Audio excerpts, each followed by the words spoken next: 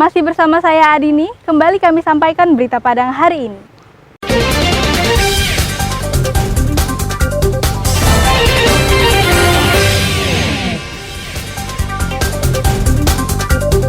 Ribuan botol minuman keras dimusnahkan dengan cara digilas alat berat. Warga Kajai diberi motivasi untuk bangkit dari keterpurukan dan trauma akibat gempa. Angka vaksinasi di Sumatera Barat lebih dari 91%.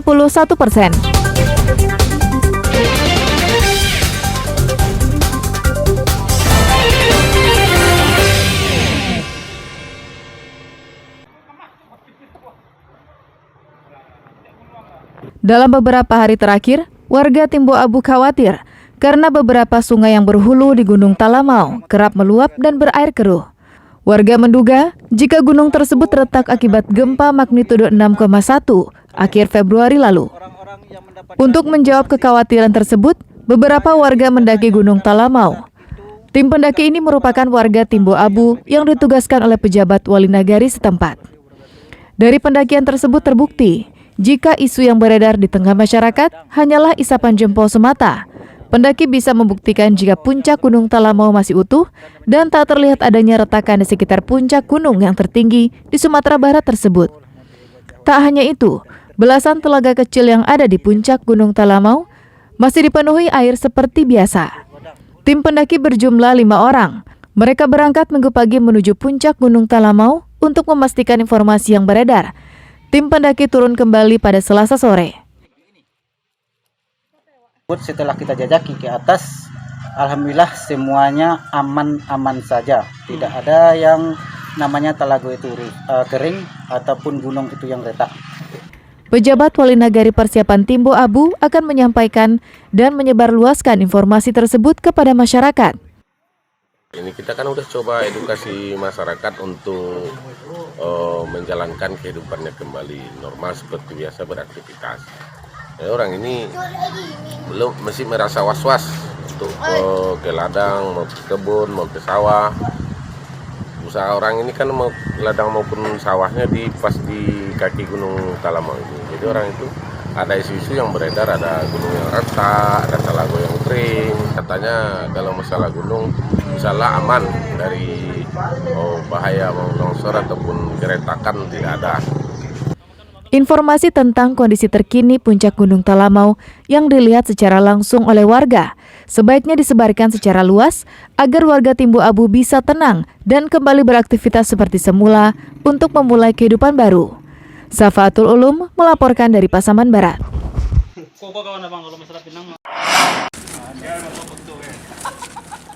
Menjelang masuknya bulan Ramadan, ribuan botol minuman keras berbagai jenis dan merek hasil sitaan yang dilakukan polisi dalam beberapa bulan terakhir dimusnahkan dengan alat berat hari Rabu.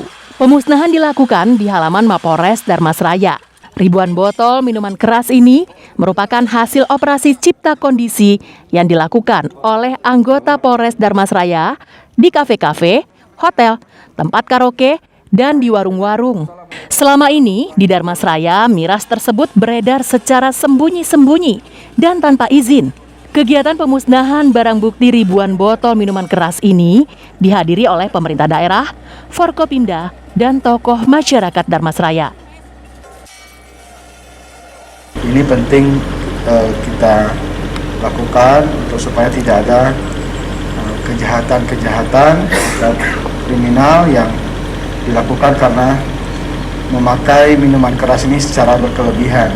Nah, maka dalam hal ini termasuk di bulan suci Ramadan kita semua bersih diri kita, bersih pemikiran kita, bersih lingkungan kita, dan kita sambut bulan suci Ramadan dengan penuh kegembiraan. Kegiatan pemusnahan barang bukti kita pada hari ini khususnya miras adalah terkait dengan operasi cipta kondisi yang kita lakukan 14 hari sebelum pelaksanaan bulan suci Ramadan. Tentunya dalam hal ini untuk mendukung kegiatan ibadah kita sehingga lebih khusyuk, hikmat, dan mudah-mudahan diterima oleh Allah Subhanahu wa taala. Pemusnahan ribuan botol minuman keras sekaligus untuk menciptakan rasa aman dan tenang warga yang akan menjalankan ibadah bulan Ramadan. Eko Pangestu melaporkan dari Darmasraya.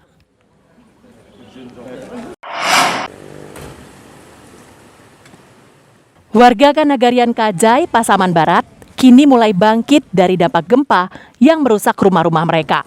Tak ingin larut dalam keterpurukan, mereka membersihkan puing-puing rumah dan membenahi kehidupan mereka.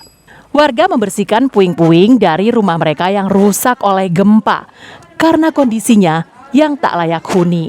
Begitu juga dengan kondisi kejiwaan anak-anak pengungsi, mulai memahami situasi yang terjadi. Keceriaan terlihat di wajah-wajah mereka ketika gabungan organisasi wanita dan forum anak Kota Pariaman memberikan pendampingan terhadap anak sambil bermain pada Selasa siang di sebuah musola di Kanagarian Kajai. Sambil bermain, anak-anak juga diajarkan bagaimana cara menyelamatkan diri dari dampak gempa. Anak-anak ini juga mendapatkan paket peralatan belajar. Tak hanya menyasar anak-anak, anggota GOW ini juga mengajak kaum ibu korban gempa untuk kembali bangkit dari trauma karena akan berdampak terhadap perkembangan anak dan keluarga jika tidak segera berbenah. Inginannya ingin bangkit lagi, tidak mau trauma itu terus menerus, pingin semangat lagi, pingin butuh pencerahan dari semua pihak supaya semangat lagi. Jadi mereka harus menyadari mereka sangat dibutuhkan oleh anak, sangat dibutuhkan oleh keluarga. Mereka jadi tumpuan bagi anak-anak. Kalau anak-anak mereka mungkin kalau orang tuanya selalu trauma, anak-anak akan kebingungan. 1.000 lebih warga Kajai yang selama ini tinggal di pengungsian, kini berangsur-angsur kembali pulang setelah memperoleh rumah hunian sementara yang dibangun oleh PMI. Sedangkan anak-anak mereka juga telah sekolah, meski masih belajar di dalam tenda. Eki Rafki melaporkan dari Pasaman Barat.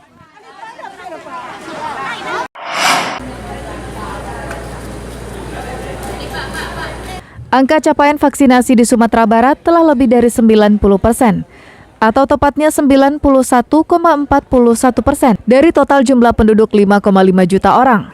Sedangkan target vaksinasi yakni 4,4 juta orang lebih. Hal tersebut diungkapkan Wakapolda Sumatera Barat saat memantau pelaksanaan vaksinasi di wilayah Koto Tangah, Padang, Rabu siang. Wakapolda merincikan, vaksin dosis 1 diikuti oleh 4.029.000 orang lebih, atau 91,41%. Sedangkan untuk vaksin dosis kedua diikuti oleh 2.900.000 orang lebih, atau 67,51%. Sedangkan untuk booster masih jauh dari harapan. Sedangkan untuk vaksin lansia, Sumatera Barat berada pada peringkat kedua di Indonesia, yakni 99,91% atau sebanyak 489.000 orang lebih. Diharapkan untuk vaksin booster juga bisa mencapai hasil yang sempurna seperti vaksin lansia. Kalau lansia saya rasa sudah melebihi dari target kita hampir 92%. Saya 99%, kita nomor 2 di seluruh Indonesia untuk lansia.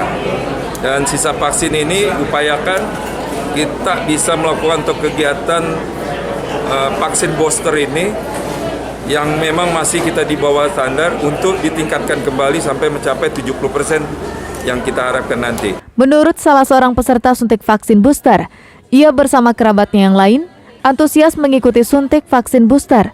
Selain untuk meningkatkan imun tubuh, juga untuk keamanan dan kenyamanan selama menjalankan ibadah di bulan Ramadan.